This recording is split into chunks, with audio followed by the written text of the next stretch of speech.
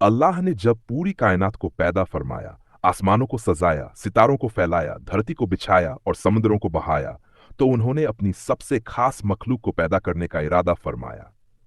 एक ऐसी मखलूक जो समझ रखे, ईमान रखे, अमल करे और जिसको जमीन पर अपना खलीफा बनाया जाए। इसी मंजिल पर अल्लाह ने फरिश्तों से कहा कि मैं मिट्टी से एक इंसान पैदा करने वाला हूं।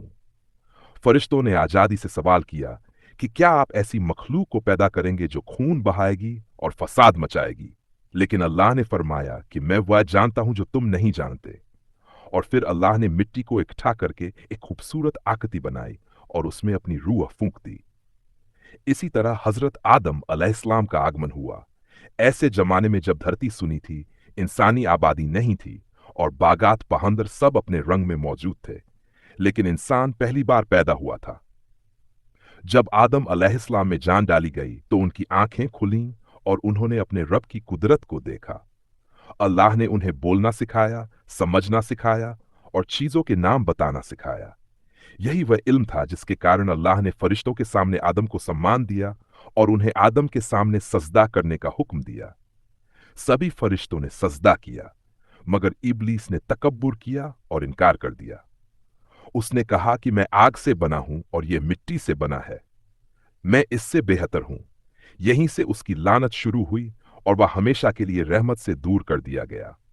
अल्लाह ने आदम अलैहिस्सलाम को जन्नत में ठहराया। वहां कोई गम नहीं था, कोई मुश्किल नहीं थी। उनकी इज्जत, उनकी कुदरत और उनकी शान में किसी तरह की कमी नहीं थी। लेकिन फिर भी इंसान का सफर पूरा नहीं होता जब तक कि वह जोड़ी में न रहे। इसलिए अल्लाह ने आदम की पसली से हव्वा को पैदा किया। आदम ने जब उन्हें देखा तो पहचाने कि ये मेरी हमसफर है, मेरी जोड़ीदार है। दोनों जन्नत में रहते थे और हर नेमत से नवाजे गए थे। अल्लाह ने बस एक पेड़ से मना किया कि इसके पास नहीं जाना, इसकी तरफ नहीं बढ़ना। इब्लीस को यह सम्मान बर्दाश्त नहीं हुआ कि आदम और हव्वा को इतनी इज्जत मिले, इसलिए उसने कसम खाकर कहा कि मैं इन्हें जरूर गुमराह करूंगा। उसने छुपकर आदम और हव्वा को बहकाया, झूठे वादे किए और ये यकीन दिलाया कि अगर वह मना किए गए पेड़ से खाएंगे तो हमेशा जिंदा रहेंगे।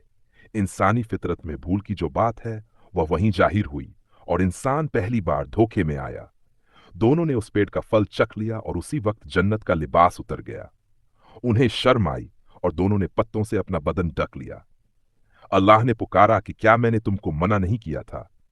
दोनों आदम और हव्वा ने तौबा की और कहा कि ए हमारे रब, हमने अपने ऊपर जुल्म किया और अगर तू रहम न करेगा तो हम घाटे में रहेंगे। अल्लाह ने उनकी तौबा कबूल की, लेकिन उन्हें दुनिया में भेजने का फैसला किया।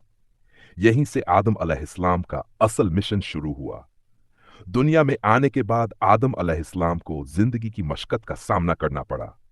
उन्हें खेती करना सिखाया गया, मेहनत करना सिखाया गया, औजार बनाना, घर बनाना और जमीन पर रहना सिखाया गया। उन्होंने धरती पर अल्लाह की पहली मखलूक होने का हक अदा किया। वह पहले नबी भी थे, इसलिए उनकी जिम्मेदारियां और भी बड़ी थीं। उन्हें अपने बच्चों को अल्लाह की पहचान सिखानी थी, दुनिया के रहस्यों को समझाना था और इंसानियत की शुरुआत करनी थी। आदम और हव्वा के यहाँ कई बच्चे पैदा हुए। उनमें हाबील और काबील के नाम मशहूर हैं। एक वक्त आया कि दोनों भाइयों के बीच तकरार हुई और काबील ने अपने ही भाई हाबील को मार डाला। यह जमीन पर पहला कत्ल था। आदम अलैहिस्सलाम का दिल इस दर्द से फट गया। उन्होंने अपने बेटे को समझाने की कोशिश की थी, मगर इंसानी नफ्स और इब्लीस की फुसफुसाहट ने पहला खून बहा दिया। इसी घटना से इंसानों को पता चला कि गलतियों के नतीजे कितने भारी होते हैं। आदम अलैहिस्सलाम का दौर वह दौर था जब इंसानियत की बुनियाद रखी जा रही थी। उन्होंने अपने बच्चों को तौहीद की दावत दी, नेकियों की राह दिखाई और बताया कि दुनिया एक इम्तिहान की जगह है, यहां हमेशा रहना नहीं है। उन्होंने मेहनत की, सिखाया, रास्ते दिखाए और अल्लाह की बातों को समझाया। वह पहले इंसान थे और पहले नबी भी। उनकी उंगलियों से दुनिया की शुरुआत हुई।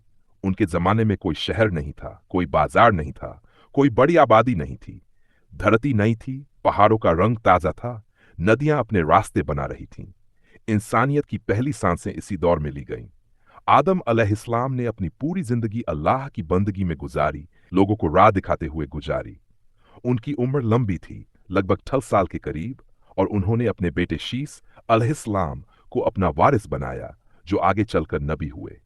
जब आदम अलैहिस्सलाम का वक्त पूरा हुआ तो फरिश्ते आए और उन्होंने उसी तरह उनकी रूह को कब्जा किया जैसे अल्लाह ने इंसानों के लिए लिखा है। उनके बच्चे, उनकी औलाद, उनकी नस्लें, सबने मिलकर उनका जनाजा दिया। यह दुनिया का पहला जनाजा था। अल्लाह ने उनके बच्चों को सिखाया कि किस तरह जनाजा